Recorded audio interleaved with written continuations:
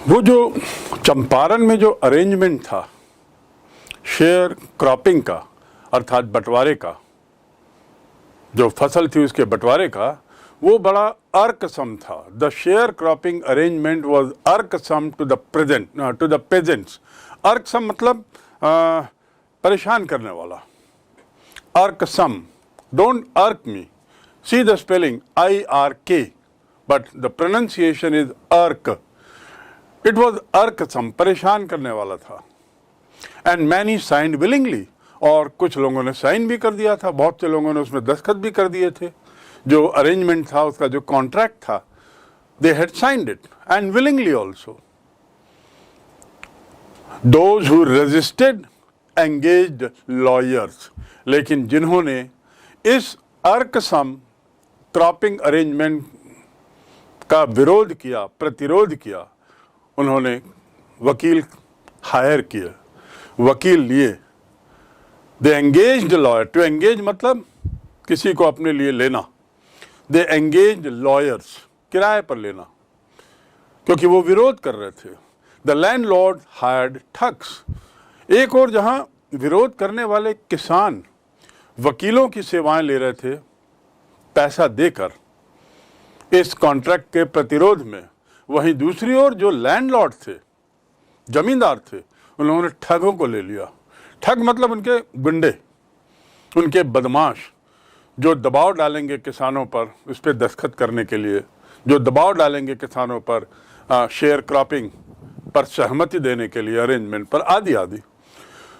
सो landlord thugs को ले रहे थे। देखिए THUG, ठग, ठग हिंदी शब्द है, लेकिन अंग्रेजी में अब पूरी तरह से वैसा ही ले लिया गया है। तो इस प्रकार ये अंग्रेजी शब्द भी बन गया है, एक हिंदी शब्द अंग्रेजी शब्द बना। And that is the reason why English is so rich, because it has accepted few words from different languages, enriched itself, and that is the reason we say English is a live language. अंग्रेजी जो है वो जीवंत भाषा है, जो समय के साथ नए नए शब्दों को लेती रहती है दूसरी भाषाओं के, और अपनी भाषा में उसे का हिस्सा बनाती है। इट्स ए लाइव लैंग्वेज, जीवंत भाषा। So here is the word thug. Meanwhile the information about synthetic indigo reached the illiterate peasants. Meanwhile मतलब इस बीच, सिंथेटिक मतलब मैंने आपको बताया था कृत्रिम, कृत्रिम नील के निर्माण का जो निर्माण की जो खबर थी, जो सूचना थी, जानकारी थी, वो ये अशिक्षित किसानों तक पहुंच गई। वही नील की खेती, वही नील, कृत्रिम नील जो का उत्पादन जर्मनी में शुरू हो गया था, इसकी जानकारी अभी किसानों तक पहुंच गई। यद्यपि ये अशिक्षित थे, पर चूंकि ये लोग भी नील की खेती करते थे, नील के बारे में जो नई चीज हुई थी, नया आविष्कार हुआ था कृत्रिम नील के उत्पादन को लेकर, उसकी जानकारी इन तक पहुंच गई, जिन्होंने दस्तखत किए थे। And they wanted their money back, और अब ये लोग अपना पैसा मांग रहे थे। क्यों? क्योंकि कॉन्ट्रैक्ट के अनुसार इन्हें पैसा देना था। अब जब कृत्रिम नील आ गया तो कौन खरीदेगा इनके नील को? उसके ग्राहक कम होंगे। ये जो कमर्शियल क्रॉप थी, व्यावसायिक क्रॉप थी, व्यावसायिक फसल थी, अब उसकी उपादेयता उस हद तक कम हो गई थी। तो इसलिए किसान लोग कॉन्ट्रैक्ट पर दस्तखत करने के बाद भी, जब उन्हें मालूम हुआ कि कृत्रिम नील का उत्पादन शुरू हो गया है, कॉन्ट्रैक्ट के खिलाफ जाकर उन्होंने जमींदारों से अपना पैसा मांगना शुरू किया। तो इस प्रकार किसी न किसी कारण से अधिकतर किसान अब इस प्रथा के शेयर क्रॉपिंग एग्रीमेंट के विरोध में खड़े थे। At this point Gandhi arrived in Champaran. इस दौरान, इस क्षण गांधी चंपारण पहुंचते हैं। अभी तो मुजफ्फरपुर में थे, सब लोगों से जानकारियां एकत्रित कर रहे थे, फर्स्ट हैंड इंफॉर्मेशन इकट्ठी कर रहे थे। अब वो चंपारण पहुंचते हैं। He began by trying to get the facts. Began शुरुआत की, उन्होंने अपनी शुरुआत चंपारण के निवास की, चंपारण में रहने की शुरुआत उन्होंने सच्चाई जानने से शुरू की। पता लगाने की शुरू की कि पता लगाने की कोशिश की सच्चाई क्या है, अर्थात समस्या की गहराई पर जाने की कोशिश। First he visited the secretary of the British landlord association. British जमींदार एसोसिएशन एक बना हुआ था जो बहुत ताकतवर संस्था थी, जिसमें जमींदार लोग थे और अंग्रेजों का वरद हस्त था। उसके सचिव से जाके मिले सबसे पहले, ताकि उनका पक्ष तो जाने, जमींदारों का पक्ष तो जाने कि उनका क्या कहना है इस मामले में, किसानों के विरोध को लेकर उनका क्या कहना है, उनकी क्या प्रतिक्रिया है और कैसी प्रतिक्रिया और क्यों है, ये किसानों का असंतोष क्यों है, इसकी जानकारी वो पहले जमींदारों से लेना चाहते थे, उनकी क्या सोच है। The secretary told him that they could give no information to an outsider. सचिव ने कहा, गांधी महोदय, किसी बाहरी व्यक्ति को हम इस संबंध में कोई जानकारी नहीं दे सकते। ऐसा कह के उसने अपने हाथ झाड़ लिए। सोचिए, इसका मतलब क्या हुआ? जब आप कुछ गलत करते हैं तभी ऐसे जवाब देते हैं। When you do something wrong, you give a roundabout answer. That I cannot give you information because you are an outsider. Very funny answer. So Gandhi was given this answer कि आप बाहर के हैं, बाहरी व्यक्ति हैं, इसलिए हम आपको जानकारी नहीं दे सकते। Gandhi answered that he was no outsider. Gandhi ने कहा, मैं कोई बाहरी व्यक्ति नहीं हूं। अपनी बात उन्होंने रख दी और इसके बाद गांधी जी आ गए। उन्होंने किसी तरह की तीव्र प्रतिक्रिया या भीड़ को इकट्ठा करना या आंदोलित हो जाना, ये कुछ नहीं किया। बात सुनी और अपना उत्तर दे दिया कि मैं कोई आउटसाइडर नहीं हूं। Next, Gandhi called on British official commissioner of the Tirhut division in which Champaran district lay. To call on मतलब जाना। I called on the collector of Raipur. मैं रायपुर के कलेक्टर के पास गया था। I called on the principal of my school today. तो to call on मतलब मिलना, जाना नहीं, मिलना, मिलने के लिए जाना। So he called on whom? The commissioner. Commissioner के पास गए। कहाँ के कमिश्नर? जो तिरहुत डिवीजन था, जिसके अंतर्गत चंपारण जिला आता था। डिवीजन मतलब क्या होता? मंडल। और एक मंडल में कुछ जिले रहते हैं, तो कुछ जिलों को मिलाकर एक मंडल बनता है और एक मंडलाधिकारी होता है जिसे कमिश्नर कहते हैं। तो कमिश्नर के पास गए। किस कमिश्नर के पास? तिरहुत डिवीजन के कमिश्नर के पास। और क्यों तिरहुत? क्योंकि चंपारण जिला तिरहुत के अंतर्गत आता था। The commissioner, Gandhi reports. अब गांधी लुई फिशर को बता रहे हैं, ऑथर को बता रहे हैं, इसीलिए इन्वर्टेड कॉमा में फिर से गांधी के ही शब्दों में, the commissioner proceeded to bully me. Commissioner मुझे परेशान करने लगा। बुली करना मतलब परेशान करने लगा। कमिश्नर प्रोसीडेड, टू प्रोसीड मतलब बढ़ना, टू प्रोसीड मतलब आगे कुछ करना। तो कमिश्नर ने क्या किया? उनको परेशान किया। And advise me forthwith to leave Tirhut. Forthwith मतलब तुरंत यहां से चले जाओ। कहां से कहां चले जाओ? लीव तिरहुत। तिरहुत कमिश्नरी के बाहर चले जाओ। एक तरीके से धमकी दी उनको। एक तरीके से धमकी देते हुए उसने कहा, जब गांधी उसके पास गए और उससे समस्या जानने की कोशिश की, when Gandhi went to commissioner and tried to know the problems of the peasants, the commissioner replied, sorry,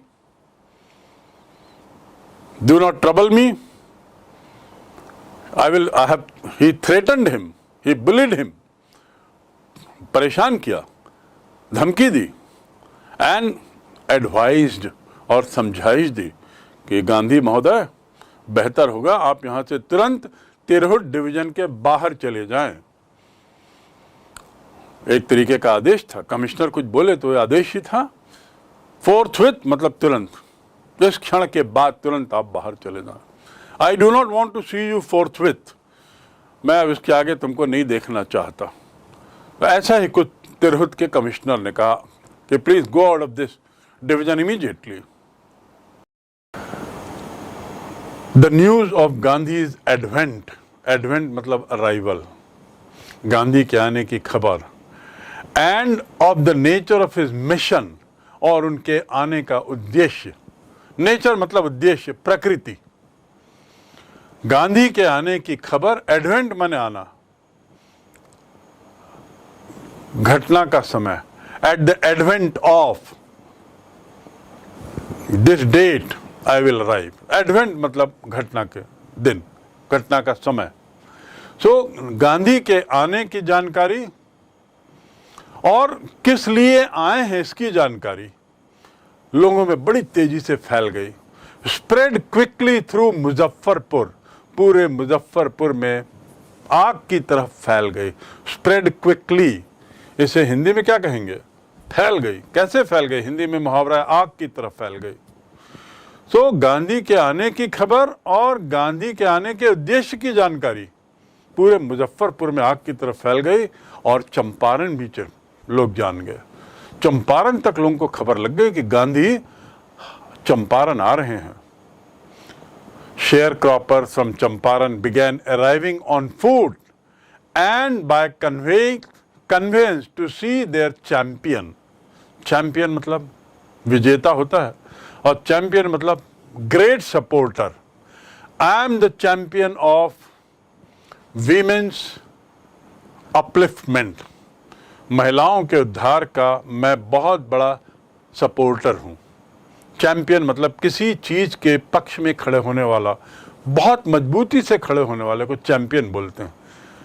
तो चंपारण से जब ये हवा उड़ी, जब लोगों को खबर मिली कि गांधी जी मुजफ्फरपुर आए हैं और चंपारण आएंगे, और किस लिए आएंगे, तो चंपारण से बहुत से किसान, जिसे शेयर क्रॉपर यहाँ कहा गया है, वो किसान पैदल और विभिन्न गाड़ियों में, चाहे बैलगाड़ी हो चाहे ट्रेन गाड़ी हो, अलग अलग जरिए से मुजफ्फरपुर पहुंच गए।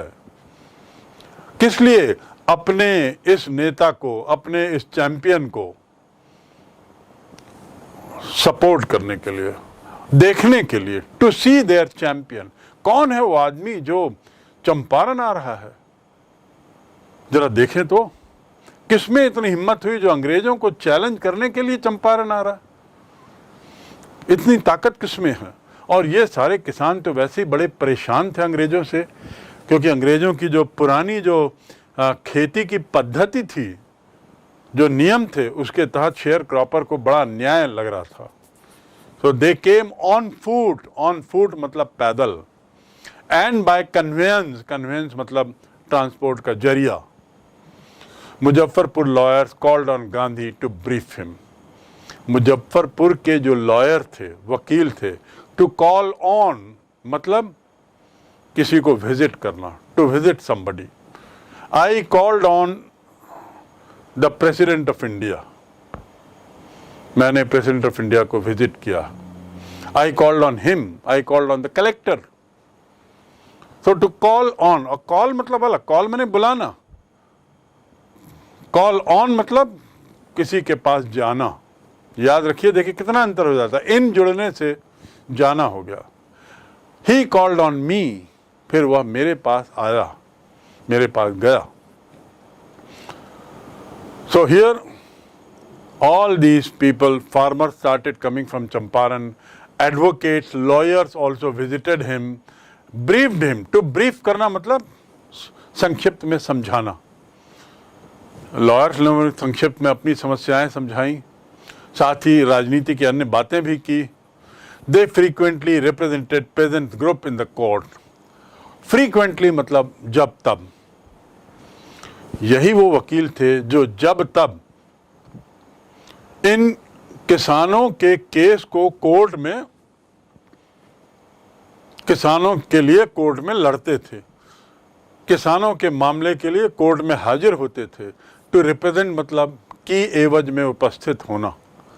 तो किसानों की एवज में ये लोग कोर्ट में उपस्थित होते थे, ये वही वकील थे।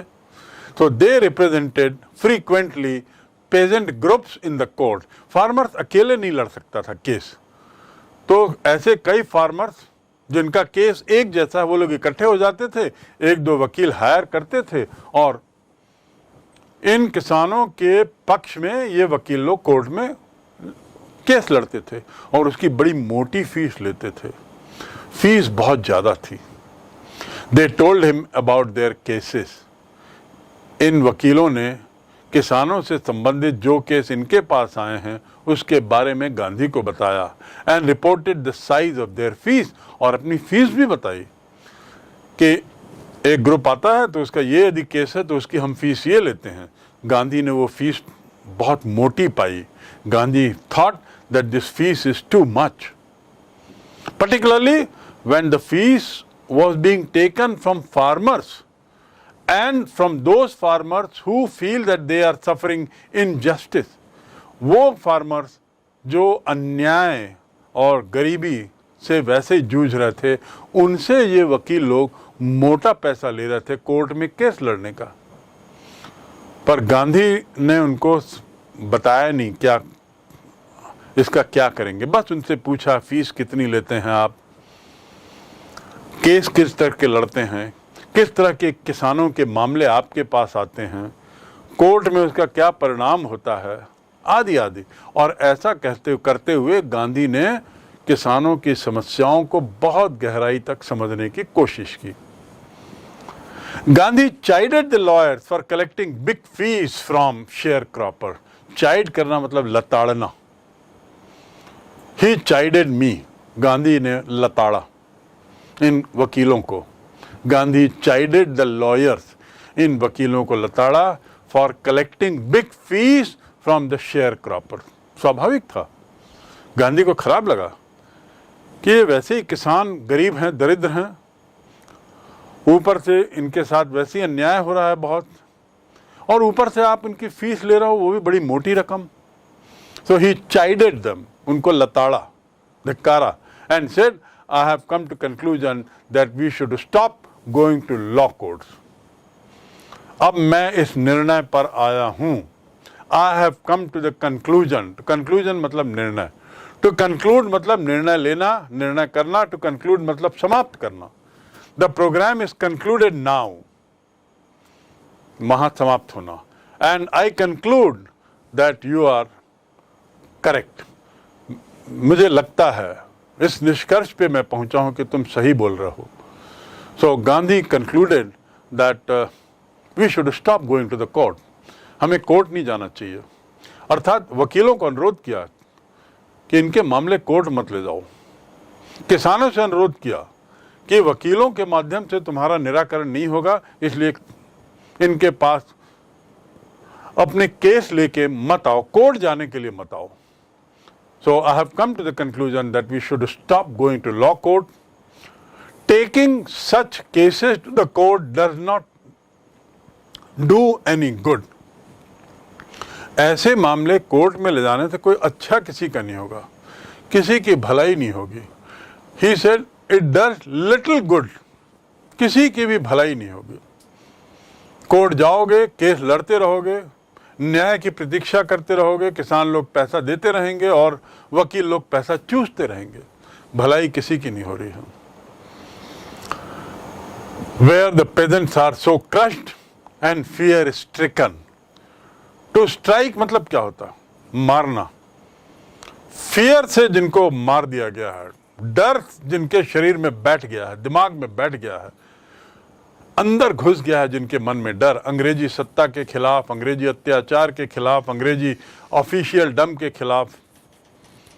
और where the peasants are so crush, जहां उसे कुचल दिया गया है, जहां किसानों को इतना कुचल दिया गया। क्रश कर देना मतलब दबा देना, कुचल देना। Crush the ice, the ice को क्रश करो, जहां उन्हें क्रश कर दिया गया है, जहां वो इतने घबराए हुए हैं। fear stricken, घबराए हुए हैं। लॉ कोर्ट्स आर यूजलेस, ऐसे मामले में, ऐसी जगह में लॉ कोर्ट जो हैं वो यूजलेस हैं, कोई इसका अर्थ नहीं है, बेकार है, बेकाम है, गैर उपयोगी हैं। The real relief for them is to be free from fear. उनके लिए तो वास्तविक राहत तब होगी जब वो भय से मुक्त हो जाएं। The real relief will be freedom from fear, अर्थात जो इतने घबरा गए उनको घबराहट से निकालने की जरूरत है, तब उनको राहत मिलेगी। कोर्ट जाने से नहीं मिलने वाली राहत, ये गांधी की सोच थी। और इसीलिए कोर्ट मत जाओ, कोर्ट के मामले मत लाओ। वकीलों को कहा कोर्ट के केस मत ले जाओ किसानों के, किसानों से कहा आप लोग वकीलों के पास मत जाओ, क्योंकि गांधी का विश्वास था सबसे पहले मन से जो डर है उसको हटाओ। Remove the fear from with in, अपने अंदर जो डर है उसे हटाओ। गांधी जी को यह पूरा विश्वास था कि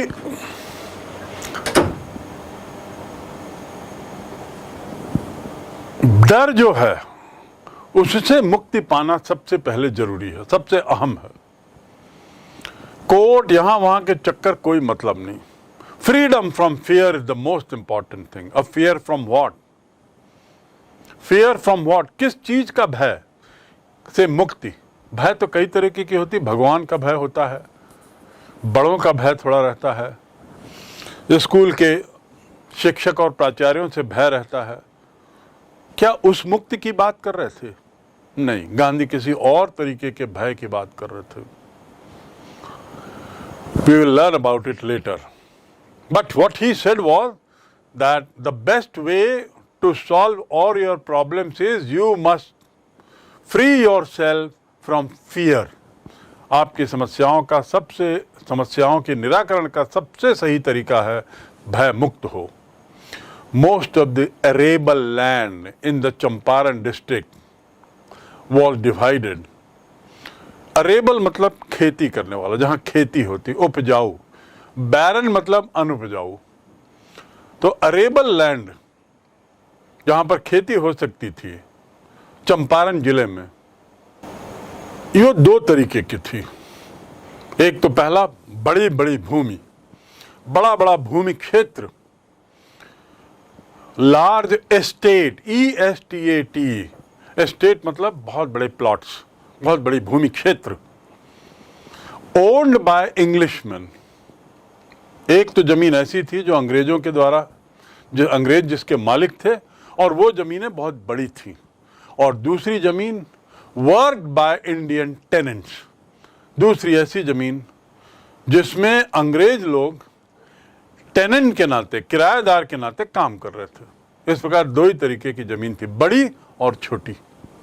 बड़ी जमीनें अंग्रेजों के हाथ, tenant were Indians and they were working on small land, तो they were owners and they were tenants. या तो मालिक थे और या किराएदार थे। मालिक अंग्रेज, किराएदार भारतीय।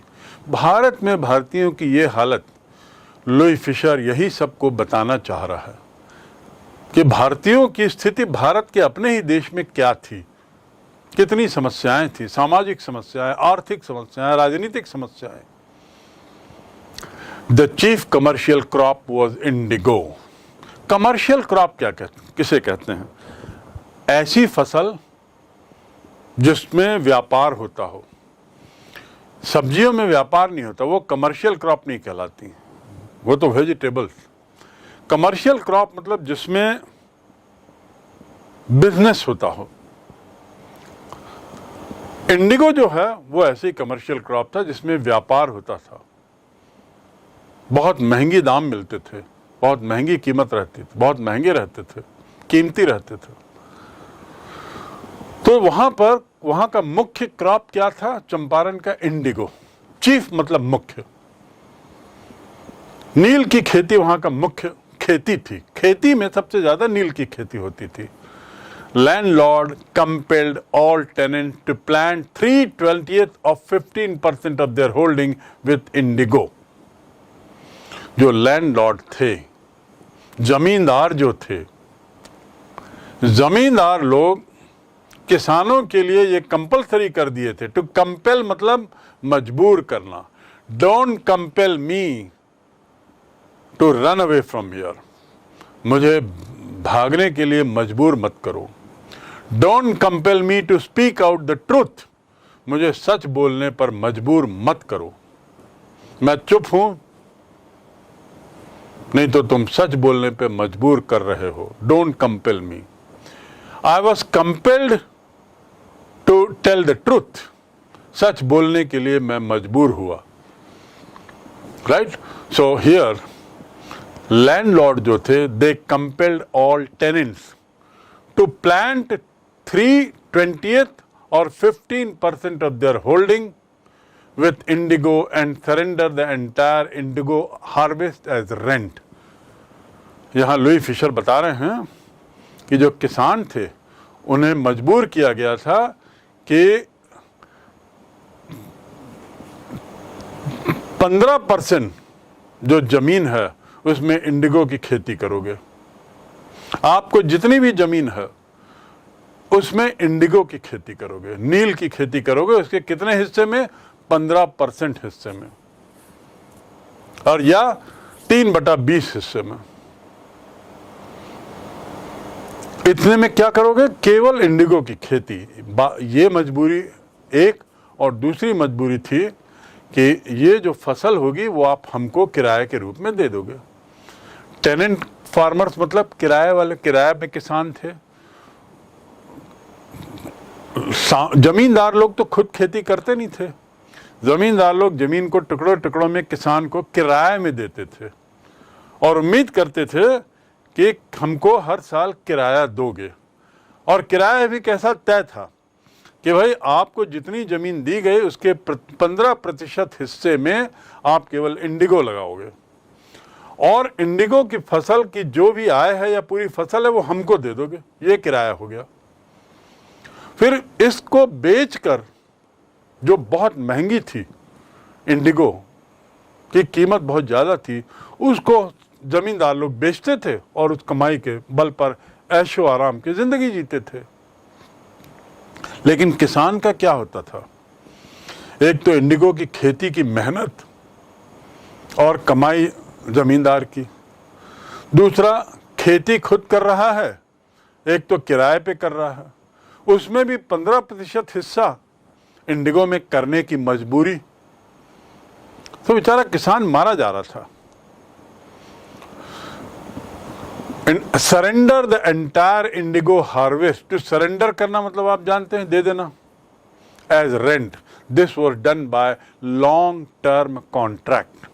और ये जो था, ये जो पद्धति थी इंडिगो को किराए में, इंडिगो के उपज को किराए के जरिए लेना, ये बहुत पुरानी पद्धति थी, लॉन्ग टर्म, और बड़े लंबे समय से बड़ा लंबा कॉन्ट्रैक्ट होता था। ये हर साल का नहीं होता था।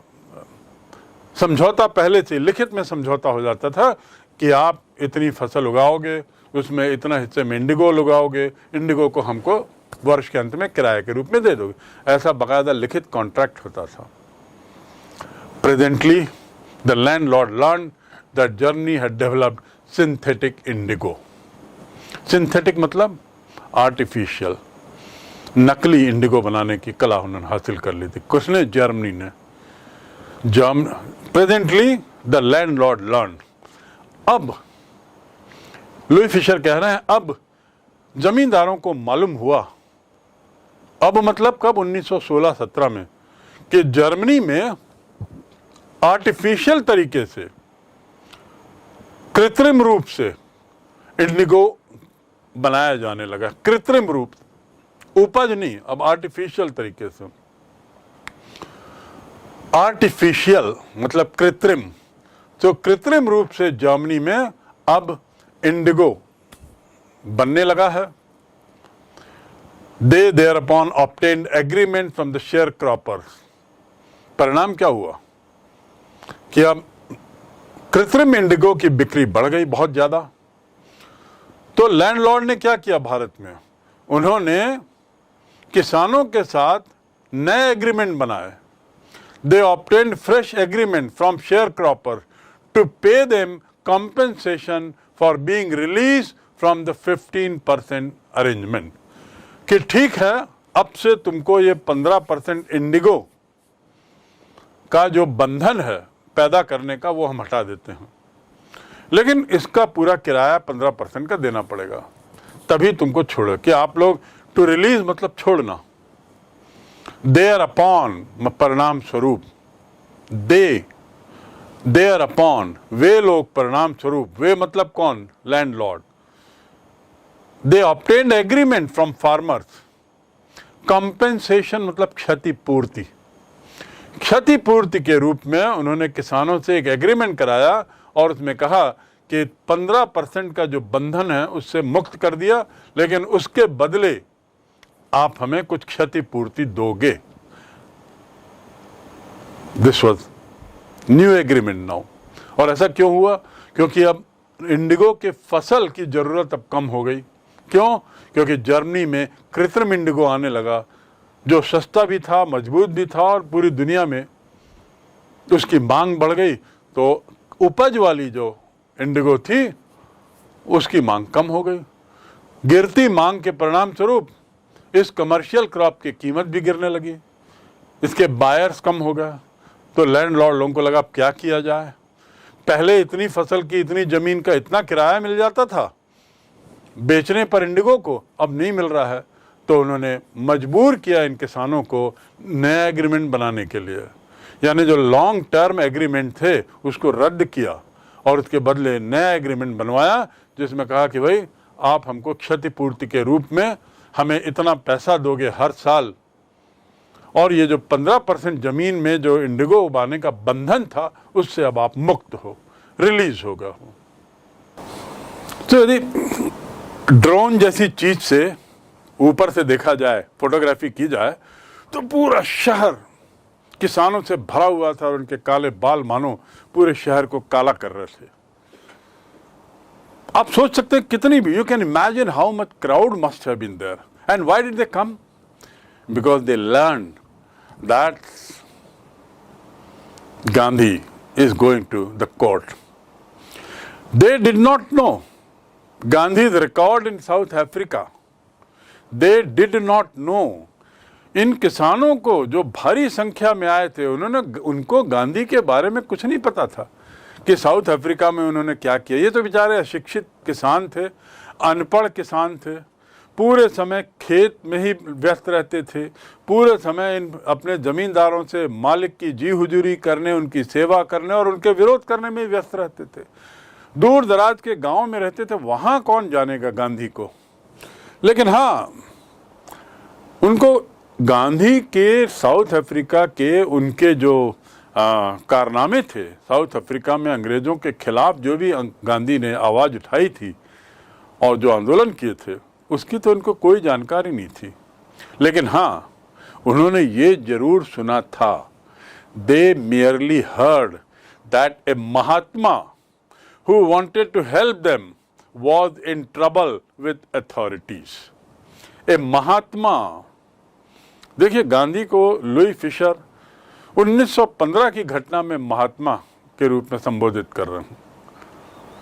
और लुई फिशर ने भी जब लिखा है ये किताब, ये बायोग्राफी, तो उसने सुनिश्चित किया होगा कि उस समय महात्मा बोला जाता था कि नहीं, और तब उसने लिखा है। तो Gandhi had become Mahatma just when he arrived in India. Mahatma, Gandhi was know small man, remember.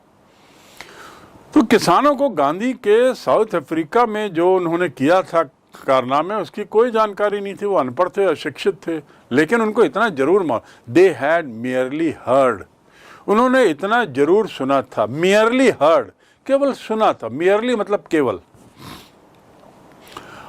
थोड़ा। आई गॉट मियरली 20 रुपीज, मुझे केवल 10 रुपए मिले, 20 रुपए मिले। He merely said that I am going, उसने केवल यही कहा। केवल मतलब थोड़ा, केवल मैंने मियरली मतलब थोड़ा, मियरली मतलब कम, केवल। सो उन्होंने केवल इतना ही सुना था कि एक महात्मा कोई है जो हम लोगों की मदद करना चाहता है, हु वांटेड टू हेल्प। वो थोड़ी परेशानी में है अथॉरिटीज के साथ। अथॉरिटीज मतलब ब्रिटिश सत्ता, अंग्रेज सुपरिंटेंडेंट, अंग्रेज ऑफिसर, अंग्रेज कमिश्नर, अंग्रेज पुलिस, उनके साथ कुछ परेशानी में हैं।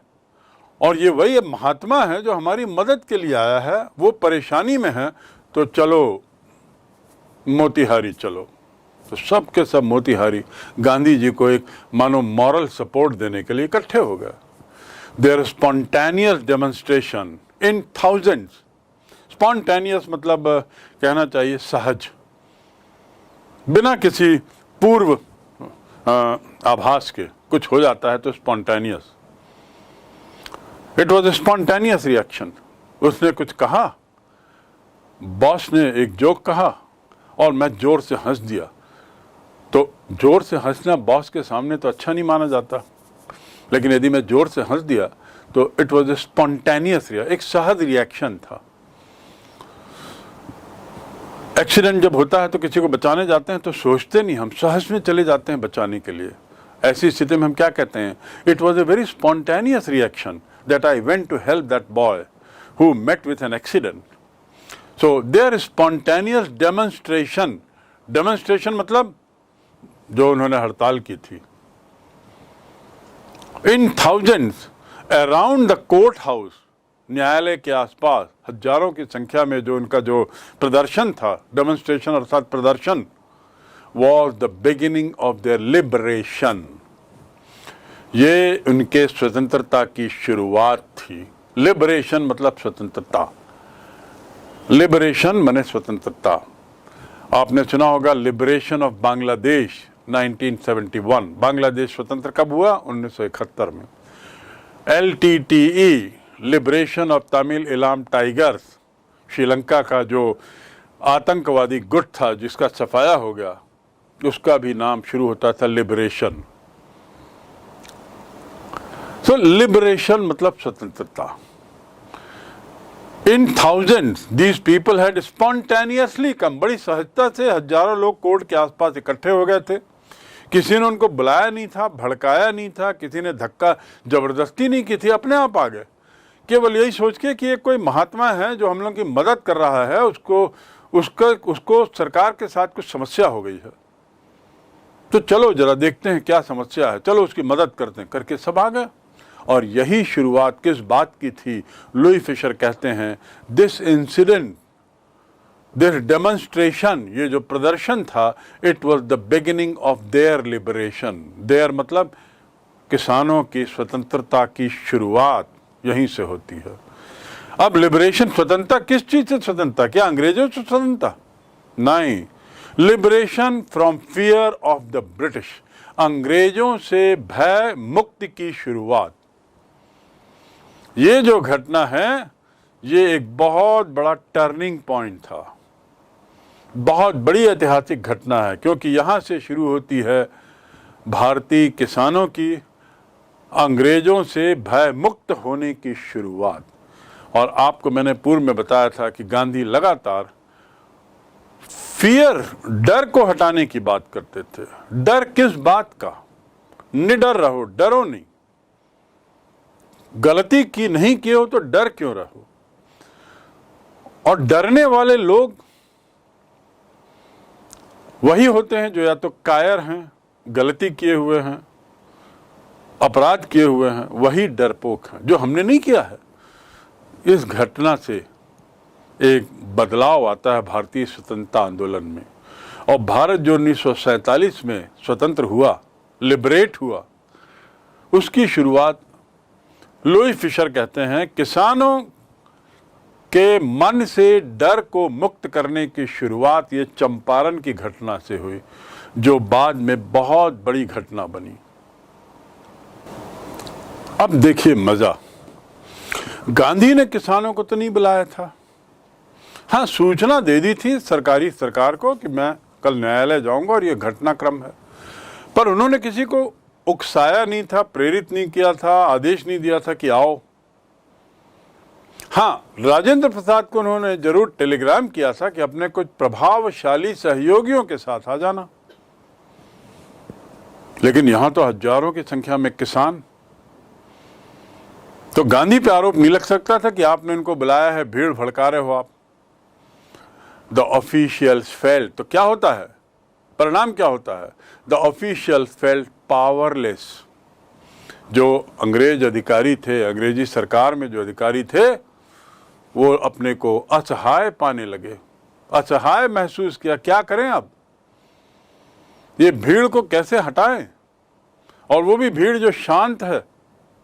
डंडा मारना मतलब इनको और उकसाना। इस भीड़ के आने का दोष किस पे दें? कुछ समझ में नहीं आया। अपने को असहाय महसूस किया और उनको लगा कि गांधी के सहयोग के बिना कुछ नहीं कर सकते। मतलब इस भीड़ को हटाने के लिए हमें गांधी का सहयोग चाहिए होगा। देखिए, गांधी के सहयोग की अपेक्षा अंग्रेज सरकार कर रही है। किस चीज के लिए सहयोग? इस भीड़ को हटाने के लिए।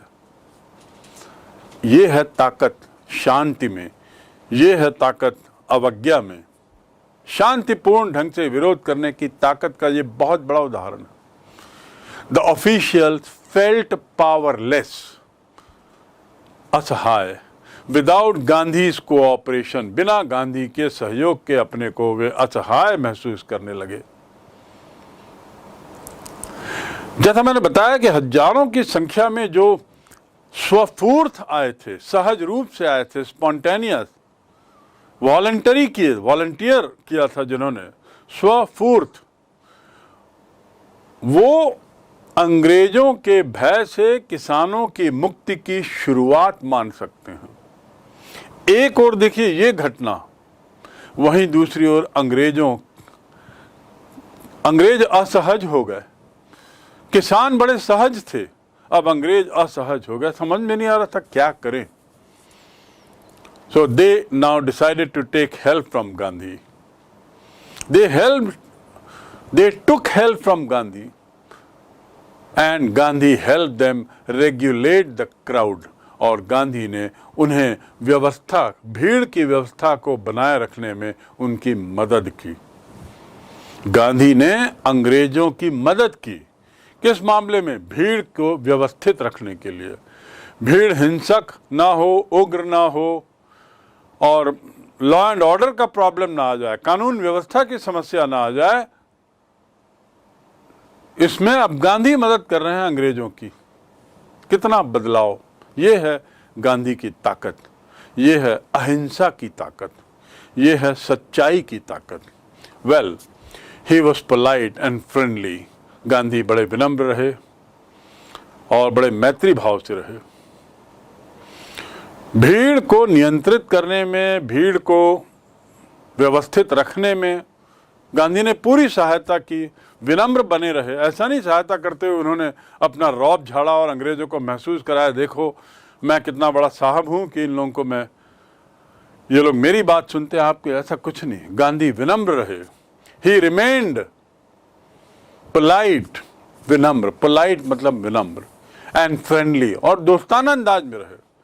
अंग्रेज अधिकारी जो थे ये कानून के सेवक थे और इन अधिकारियों का काम था कानून के अनुसार काम करना। तो कानून के अनुसार काम करना उनकी विवशता थी। इसलिए गांधी ने कहा इन पे नाराज मत हो, इनसे क्या दुश्मनी, ये लोग अपना काम कर रहे हैं, हम अपना काम करें। इन्होंने हमसे सहयोग मांगा, हम देते हैं सहयोग। So he was very polite and friendly. And he was giving them concrete proof of their might. अब गांधी उन्हें पक्का सबूत दे रहे थे उनकी शक्ति, जो अब तक भय पैदा करने वाली थी। ड्रेडेड यानी भय पैदा करने वाला। To dread, I dread that principal, मुझे इस प्राचार्य से बहुत डर लगता है।